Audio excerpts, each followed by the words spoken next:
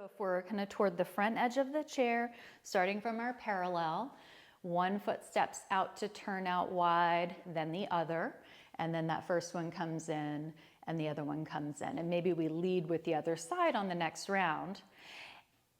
And we're looking for the same thing that we did in that knee to shoulder position. What is that easy, comfortable angle of turnout? You know, we're not trying to crank out to our maximum end range here. And next time we open out, let's stay in our turnout.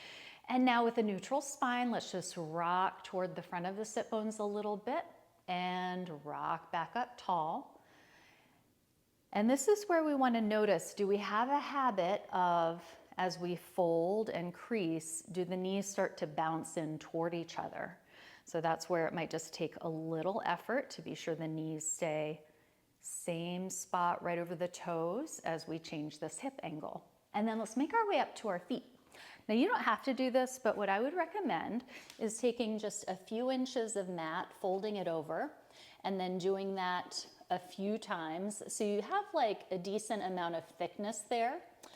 And then what we'll do is you might have your chair then off that end of the mat to hold on to.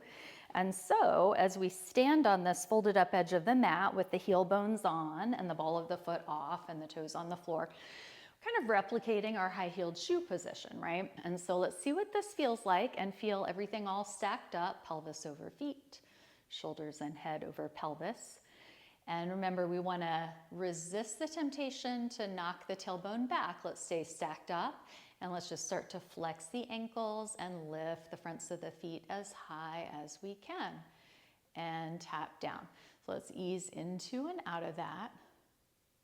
And again, totally natural, normal to want to use a motion of the pelvis to help, because this is a small motion. It feels pretty restricted, right? But can we keep the pelvis forward, keep the tail under? And yeah, just how much flex is available at the ankle. One more time, up, up, up. Let's hold 10 seconds.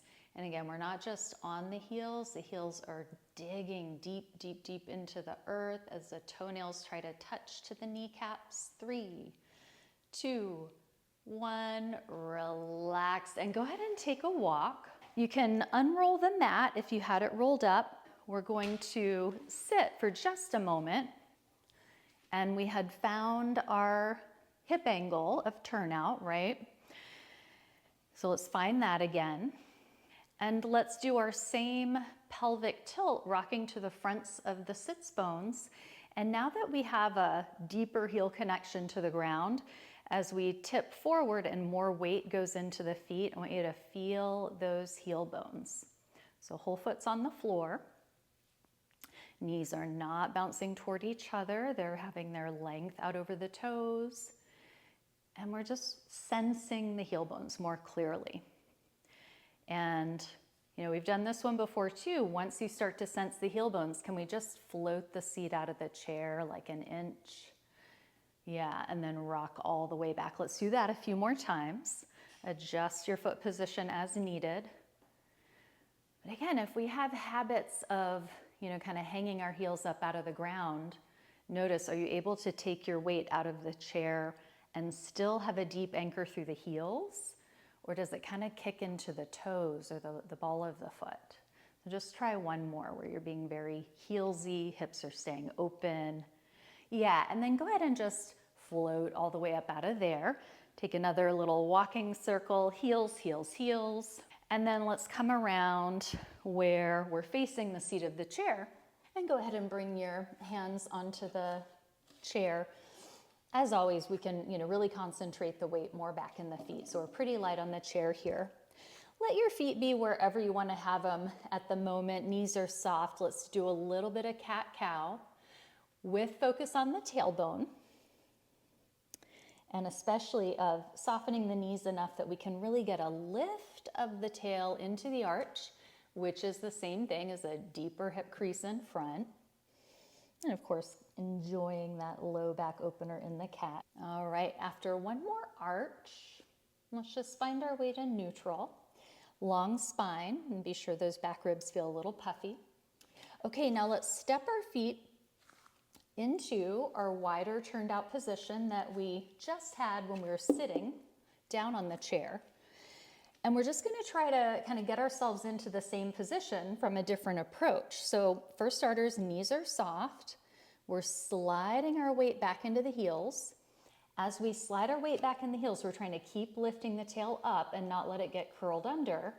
Keep lifting the tail as we start to sit back into our chair position. Knees are extending over the toes. Press up out of there. And we're just going back and forth. And again, really stretch long back through the tail as we're sitting. We're allowing the heels to be so deep into the ground. Yes.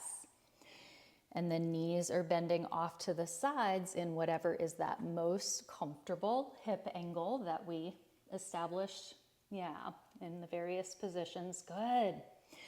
And so if we really let the heels stay deep into the ground and we let our hips travel on their most comfortable angle, we can probably start to sit pretty low.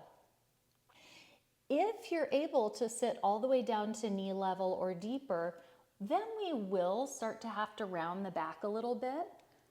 So if you feel like your tail wants to curl and drop lower, you could let that happen. But again, we want to delay that so that we get our fullest hip crease first. Go to your end range there. Then start to, drop in. We're just doing this a couple more times. Hoping this feels like combo work and stretch. Good, good, good. One more time, and if everything's feeling fine, we'll just stay in that low position a little bit extra.